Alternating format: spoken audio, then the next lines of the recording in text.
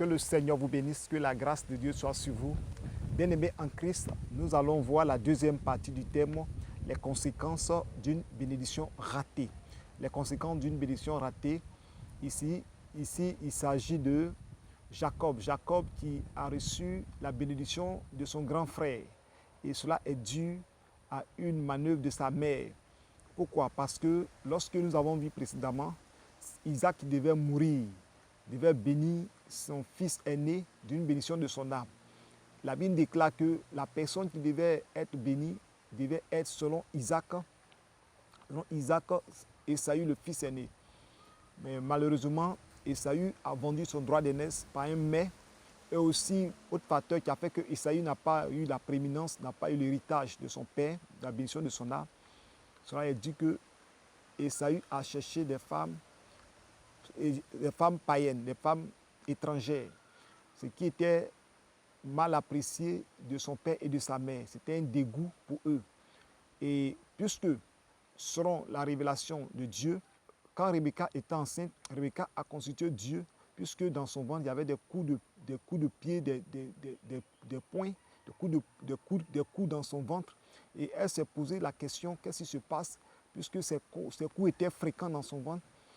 Et lorsque Rebecca a consulté Dieu, Dieu lui a dit qu'il y a deux nations dans son ventre qui se battent, que le plus petit sera plus fort que le plus grand.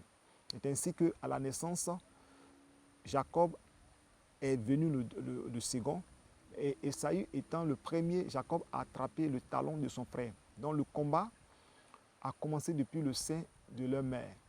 Et au moment de la bénédiction, qu'est-ce qui s'est passé? Pourquoi Jacob a eu la victoire? Jacob a eu la victoire parce que Jacob est resté dans l'attente de sa mère sans aller chercher des femmes étrangères. Quant à son grand frère, est parti chercher des femmes étrangères. Donc, c'est pour dire quoi? Une personne peut rater sa bénédiction, cela est dû à son comportement, à son caractère, aux actes qu'elle pose, cela peut affecter à sa bénédiction. Donc, vous comprenez que ce passage est très important. Aujourd'hui, nous allons voir la deuxième partie.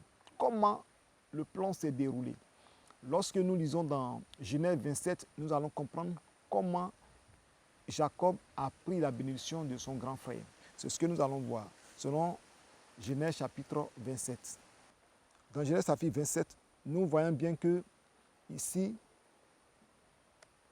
Rebecca va planifier quelque chose, puisque Isaac a dit à Ésaü d'aller tuer du gibier et de faire un plat, un mets qu'il aimait manger, et à la suite de cela, il va le bénir avant de mourir. Donc, Rebecca a entendu cela et Rebecca va planifier quelque chose. Rebecca va prendre les plus beaux habits d'Ésaü pour porter à son fils Jacob. Et en plus, elle va dire à son fils d'aller prendre 2 chevreaux et elle-même, elle va faire la cuisine, prendre les poils, puisque son frère est velu. Elle va prendre les poils de l'animal, le chevreau, pour mettre sur le cou, puisqu'à son cou, il y a du poil, et aussi à sa main. Vous comprenez?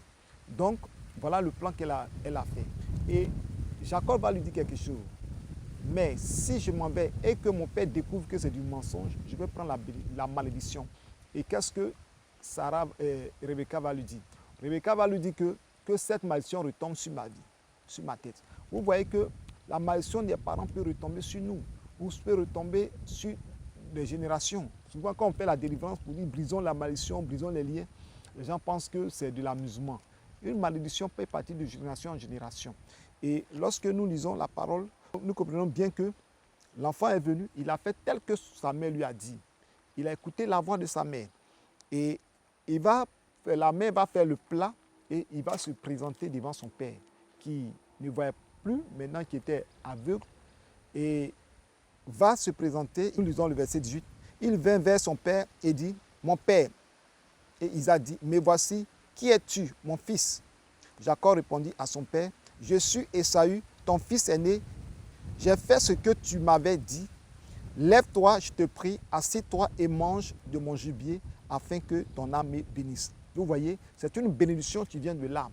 Donc, il lui a dit, « Mon père, je suis venu, la nourriture dont tu as demandé, viens manger de cette nourriture pour que ton âme me bénisse. » Vous voyez, Jacob n'avait pas entendu le message, mais la personne qui a entendu le message, c'est sa mère. Donc, tel que sa mère a dit, c'est ce que lui va répéter. Vous comprenez? Donc, le verset 20 nous dit que Isaac dit à son fils, « Et quoi?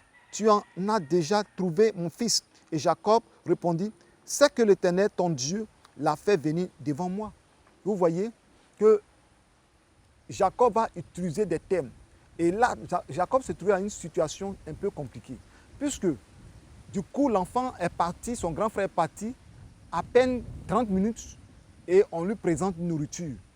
Et le père lui pose la question, « Mais tout de suite, là, tu as eu du gibier ?» Et lui, il va répondre que l'Éternel, ton Dieu, a envoyé un aliment devant moi. Dès que je suis sorti, je suis rentré en brousse, j'ai eu un aliment, j'ai tué et j'ai fait le mets. Lève-toi et mange. Vous comprenez? Isaac dit à Jacob, approche donc et que je te touche, mon fils, pour savoir si tu es mon fils Ésaü ou non. Vous comprenez?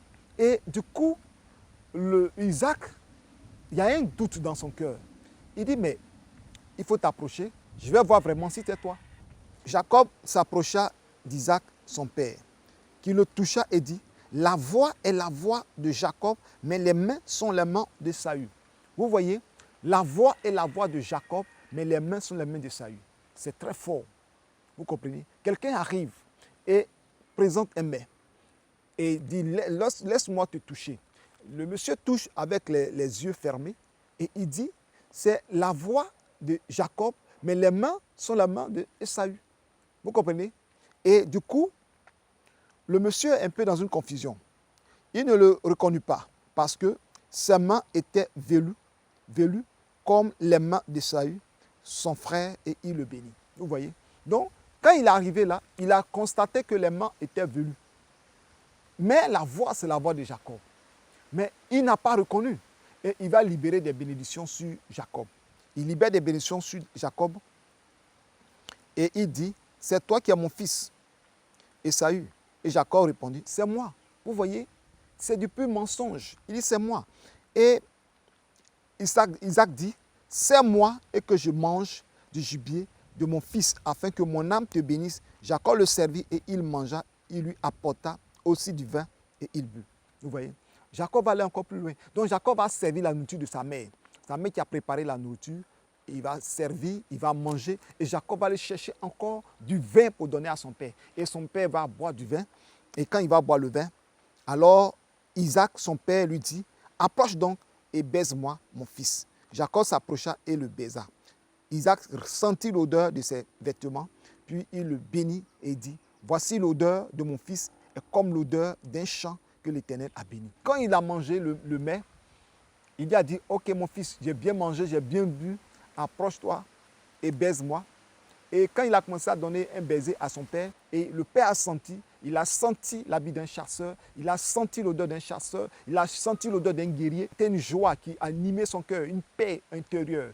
Nous comprenons qu'il va libérer des bénédictions dans la vie de cet homme. Il dit que Dieu te donne de la rosée du ciel, de la graisse de la terre, du blé, du vin en abondance. Que des peuples te soient soumis et que des nations se prosternent devant toi. Sois le maître de tes frères et que les fils de ta mère se prosternent devant toi. Maudit soit quiconque te maudira et béni soit quiconque te bénira.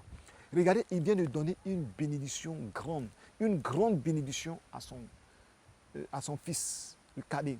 Une grande bénédiction, c'est-à-dire il a établi comme le chef de son frère, de son grand frère. Il a établi dans la bénédiction, il a établi dans l'abondance. Cette bénédiction devait revenir à Ésaü, mais Jacob va prendre cette bénédiction. C'est pourquoi je parle des conséquences de bénédiction ratée. Et lorsque nous avançons et nous continuons, Isaac avait fini de bénir Jacob et Jacob avait à peine quitté son père Isaac qu'Ésaü, son frère, revint de la chasse. Il fit aussi un mets, il apporta à son père et il dit à son père, que mon père se lève et mange du gibier de son fils afin que ton âme me bénisse. Vous voyez? Et c'est ainsi que lui aussi, il vient présenter son mets. Mais regardez, le père ne pouvait plus manger. Le père l'a béni, mais n'avait pas mangé son mets. Comprenez-moi bien. Là, je vais vous expliquer, c'est tellement simple. Et lorsque vous êtes avec un homme de Dieu, un leader ou un père, vous êtes avec un parent, quelqu'un qui a besoin d'être béni, qui a besoin de biens de toi, il faut le donner au moment opportun. Aujourd'hui, quand un homme de Dieu est dans les besoins qui demande quelque chose au peuple de Dieu. Il a besoin de soutien. Les gens ne veulent pas donner. Les gens traînent les pas parce qu'ils se disent que bon, de toute façon, si je ne lui ai pas donné, qui va lui donner? Donc, je pense que Esaü n'a pas eu cette pensée. Mais Esaü, lui, il avait fait de bon gré pour aller chercher sa bénédiction. Mais il y a des personnes, c'est un message que je voulais donner à quelqu'un. Il y a des personnes qui sont dans la maison de Dieu. Lorsque Dieu leur dit de faire quelque chose, de faire une offrande, d'apporter, de soutenir l'œuvre de Dieu, ces personnes vont traîner, ces personnes ne vont pas donner de tout leur cœur, ces personnes vont se dire de toute façon, si je ne donne pas, qui va donner? Vous voyez? Et c'est ainsi que le retard de Esaü a précipité la bénédiction de Jacob. Le retard d'Esaü a précipité la bénédiction de Jacob. Donc le temps qu'il a mis, le temps qu'il est resté longtemps, ça a permis à Jacob de recevoir la bénédiction. Et parfois, lorsque l'homme de Dieu, les hommes de Dieu ont besoin de soutien financier, matériel, social, de tous les moyens, de compagnons de ministère. Souvent, on n'a même pas de compagnons de ministère, on est seul, on se bat seul. Et ceux qui devaient être là ne veulent pas être là ou traînent les pas, se mettent à l'écart. Maintenant, quand le temps de Dieu arrive et que tu veux te positionner, il y a une autre personne qui a pris derrière ta place. C'est ainsi que si tu amènes ton offrande, tu veux peut-être donner quelque chose à un homme de Dieu et que tu es en train de traîner, tu es en train de tourner, tu es en train de traîner, tu es en train de prendre tout ton temps, tu te dis que de toute façon, si je n'ai pas fait, quelqu'un d'autre ne pourra pas faire parce que je ne sais pas qui va le faire. C'est ainsi que Esaü a traîné. Et le fait qu'il a traîné, quelqu'un d'autre a pris sa place. Donc, si Dieu te met à cœur de faire quelque chose pour son serviteur, pour son œuvre, il ne faut pas traîner. Il ne faut pas traîner. Si Dieu te dit va évangéliser et que tu penses que sans toi, quelqu'un ne peut pas partir, si tu traînes, Dieu va prendre quelqu'un d'autre. Si Dieu t'a dit d'aller prier pour quelqu'un, pour un malade que tu es en train, tu te dis que tu as le don de guérison, de toute façon, si tu n'es pas parti, si tu ne sais pas qui va prier pour que la personne soit guérie, Dieu va mener une autre personne. C'est ainsi que Dieu travaille. Vous comprenez? Donc, lorsque Dieu te dit de faire quelque chose, fais-le. Il ne faut pas attendre. Et regardez, le moment où Esaü a envoyé son mets, c'était trop tard. Le père n'avait pas mangé, mais le père l'a béni. Vous voyez, cette bénédiction n'est pas une bénédiction accompagnée de joie. Une bénédiction accompagnée, parce que la bénédiction était accompagnée de, après avoir fini de manger, après avoir fini de boire, il est heureux, il est content et il a libéré les paroles de son âme. C'était une bénédiction de son âme. Mais la bénédiction qui est venue sur la vie de Esaü n'est pas une bénédiction de son âme. Parce qu'il n'a pas prononcé ça dans la joie. Il a prononcé même dans le chagrin, dans l'amertume, parce qu'il a vu que son frère est venu prendre sa bénédiction. Donc il a déclaré ça comme ça. Vous voyez? Donc si Dieu te dit de faire quelque chose pour son œuvre, de faire quelque chose pour soutenir l'œuvre de Dieu, certaines personnes qui ont dit de soutenir l'œuvre de Dieu pour la construction du temple, pour les activités de l'église, il y a des gens qui refusent carrément de faire. Et ces personnes se disent que de toute façon, c'est mon argent. Si je ne donne pas, c'est mon argent. Mais laisse-moi te dire, l'or et l'argent appartiennent à Dieu. Si tu ne veux pas le faire, quelqu'un d'autre fera à ta place. Et le moment où tu vas te ressaisir pour venir le faire, ça sera trop tard. La bénédiction que tu devais recevoir au moment où tu devais le faire, tu ne recevras plus la même bénédiction. Tu n'auras plus la même bénédiction. C'est-à-dire que ce sera une bénédiction où la personne a eu la plus grande bénédiction. Ça peut être une bénédiction spirituelle. Toi, tu vas recevoir peut-être la bénédiction matérielle. Mais la personne a eu la plus grande bénédiction. Donc, bien aimé, voilà le message, les conséquences d'une bénédiction ratée. Si Dieu te dit de faire quelque chose et que tu veux traîner ou que tu veux faire ce que tu veux faire parce que tu te dis que de toute façon, tu es la seule personne à pouvoir le faire, Dieu va susciter quelqu'un d'autre. Vous voyez? Dieu va susciter quelqu'un d'autre. Nous ne savons pas la pensée d'Esaü. Esaü, lui, l'a fait de bon gré. Esaü, parce qu'il voulait sa bénédiction. Mais quelque chose a manqué Esaü. Peut-être qu'Esaü n'a pas fait cette prière. La prière même que Esaü devait faire, c'est ce que Jacob a fait. Il a dit, pourquoi tu es venu si tôt? Le père lui a dit, mais tu es venu si tôt. Il dit, l'Éternel, il a dit quoi? Isaac dit à son fils, et quoi? Tu en as déjà trouvé mon fils? Et Jacob répondit, c'est que l'Éternel, ton Dieu, l'a fait venir devant moi. Donc, c'est ce que Esaü devait faire. Esaü devait prier le plus vite possible. Oh, Seigneur éternel, je m'en vais. Dieu, mon Père veut me bénir, bénédiction de son âme.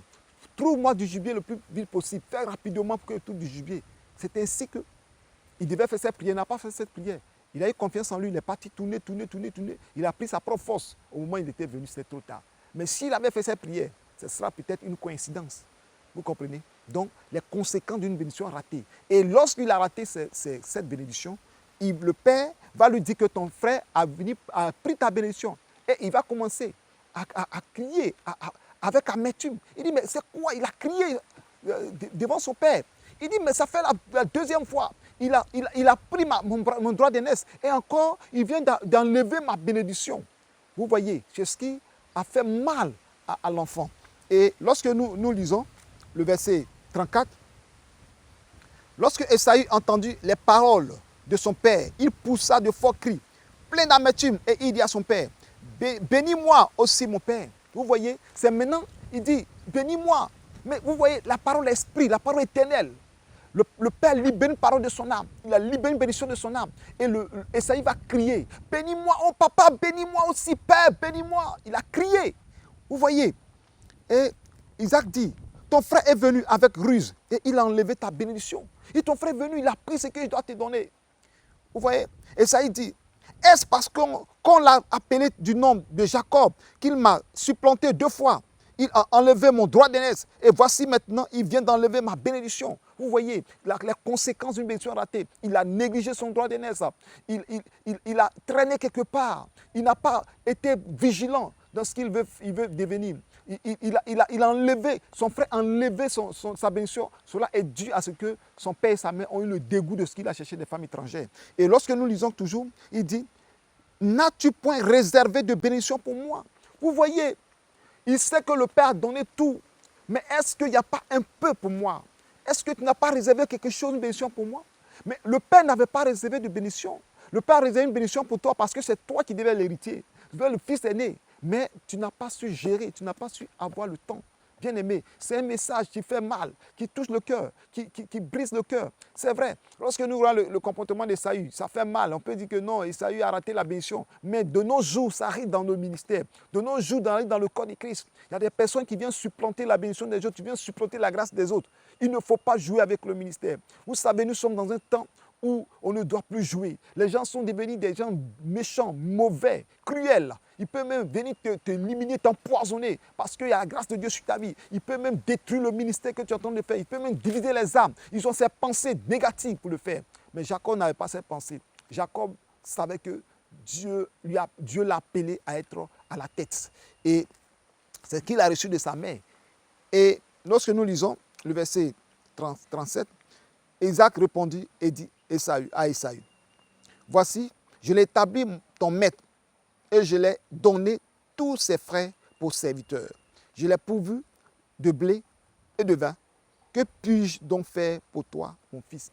Il dit, tout ce que je dois donner à un homme pour être béni, tout ce que je dois donner à un homme pour dominer, tout ce que je dois donner à un homme pour être à la tête, il est le chef de tous ses frères. Mais qu'est-ce que je peux dire encore, mon fils? Qu'est-ce que je peux donner encore? Vous voyez, l'enfant, nous lisons le verset 38, Esaü dit à son père, n'as-tu cette seule bénédiction, mon père? Bénis-moi aussi, mon père. Et Esaü éleva la voix et pleura. Il va pleurer, il va crier devant l'Éternel, il va crier devant son père. Il va dire, Seigneur, il va dire, Père, c'est la seule bénédiction. Est-ce qu'après cette bénédiction, tu n'as pas d'autre parole à prononcer sur ma vie? Est-ce que tu n'as pas autre chose? Le père était là, il ne savait plus quoi dire, parce que le père a béni Jacob de toute son âme. Et il a commencé à pleurer. C'est ainsi que beaucoup de serviteurs pleurent dans leur ministère. Après avoir connu le succès, la gloire, l'élévation, des choses sont arrivées. Ils n'ont pas eu le temps d'avoir le discernement et ils sont tombés. Et aujourd'hui, c'est la moquerie, la moquerie, les choses que les gens font pour se moquer d'eux. Mais laisse-moi te dire, Jésus est capable de te libérer, ton Dieu est capable de te libérer.